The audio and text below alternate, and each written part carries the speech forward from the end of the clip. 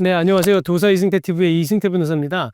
여러분들 이 공사를 맡겼는데요. 여기 음식 공장이에요. 음식 제품을 이렇게 가공하는 공장인데 이 바닥에 방수 처리를 해야 돼요. 그러니까 뭐냐면 닭 공장 비슷한 건데 그러다 보니까 방수 처리를 해달라고 좀 부탁을 해서 공사를 맡겨놨어요. 이제 2주 동안이나 이렇게 그 공사를 마치고 들어올 거 아니에요. 근데 음식 공장 같은 데서 식품 제조 공장에서 굉장히 중요한 게 시간을 비우게 되면 장사를 못하면 가공을 해서 팔지 못하잖아요.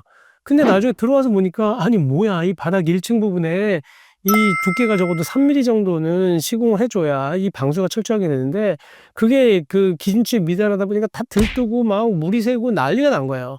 제가 그 공장에 가봤는데 이거는 정말로 그 사장님이 울상이 될 수밖에 없어요. 왜냐하면 이 방수 잘 해서 그 위에서 공사 제대로 이제 영업 좀 해보려고 그렇게 맡겨놨더니만 대충 한 거죠, 대충.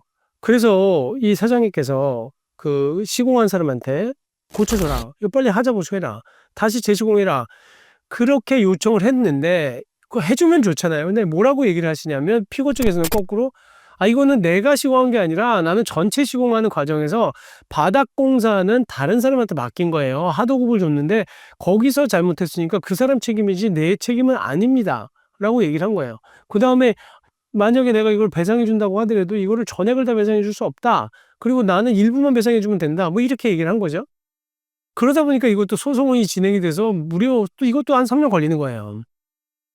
기본적으로 소송에서 법원의 감정, 법원의 감정이라는 게 뭐냐면 판사가 기술적인 부분 모르잖아요. 여기 바닥 공사를 어떻게 우레탄 공법으로 만약에 한다 그러면 우레탄을 몇 미리를 깔아야 되고 이거를 어떻게 공사해야 되는지 모르니까 전문 지식이 있는 사람한테 감정을 맡기는 거예요. 그러면 그 사람이 감정을 해오면 나는 그 내용을 믿고 법원이 판단을 하는 거거든요. 그러다 보니까 감정만 하면 기본적으로 3년 걸려요. 왜 그러냐면 감정 결과가 나오는데도 6개월 이상 걸리고 감정 결과가 나오면 양쪽에서 이 증거가 잘못된 거 아니냐, 감정서가 그 사실과 다르게 작성된 거 아니냐, 당신이 이 감정을 하면서 뭔가 누락한 게 있지 않냐, 다시 감정해달라 이러면서 1년이라는 시간이 훌떡 갑니다. 그래서 이 사건도 그렇게 됐던 건데요. 한번 내용 보시면 여기는 기본적으로는 법원이 이제 판단한 부분이 뭐냐면 바닥이 기본적으로 시공이 3mm짜리 이 방수층이 있었어야 된다는 거예요. 근데 실제 조사를 해보니까 2.38 밀리미터 정도의 방수층밖에 안 돼 있었다 보니까 여기에서 물이 자꾸 스며들고 깨지고 방수층이 깨지고 하면서 바닥에 물이 계속 파여나가고 하면서 도저히 쓸 수가 없다. 그러니까 그거를 갖다가 손해배상을 해줘라. 그러니까 아까 얘기하신 것처럼 피고는 나는 못 준다. 왜냐하면 내가 당한 게 아니라 나도 시켰고 하도 급한 사람인데 내가 왜 책임지느냐.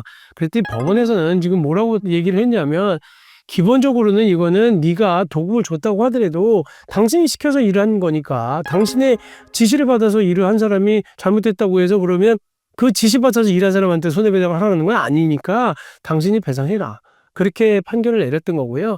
그 다음에 또 하나는 이제 보수 비용뿐만 아니라 일을 못 하잖아요. 이거를 갖다가 바닥을 다시 재시공하려고 그러면 5일 정도를 일을 못 한다는 거예요. 그러면 여기 전체 매출을 봤을 때 일일 생기는 손실액이 있을 거 아닙니까? 그만큼도 5일치 정도를 물어줘라. 근데 이게 일일 여기가 휴업할 때 생기는 비용이 하루에 230만 원 정도의 휴업 손해가 생기는 것 같아요. 그러니까 그 230만 원씩 일일치를 따져서 5일치를 주라고 한 거죠. 그래서 1180만 원 정도를 물어주라고 했고, 그 다음에 또 그러려고 하면 시설을 또 이전해 놓고 다른 데다가 음식물이라든지 이런 것들을 보관해 놓고 여기를 공사해야 되니까 그 시설 이설비도 또 배상을 해라. 그러니까 하자 보수비, 시설 이설비, 그 다음에 또 하나는 이제 휴업소대 요거까지 배상을 하라라고 판결이 나온 거예요. 그러니까 여러분들이 아셔야 되는 건 자기가 잘못했으면 빨리 배상해 주면 되지.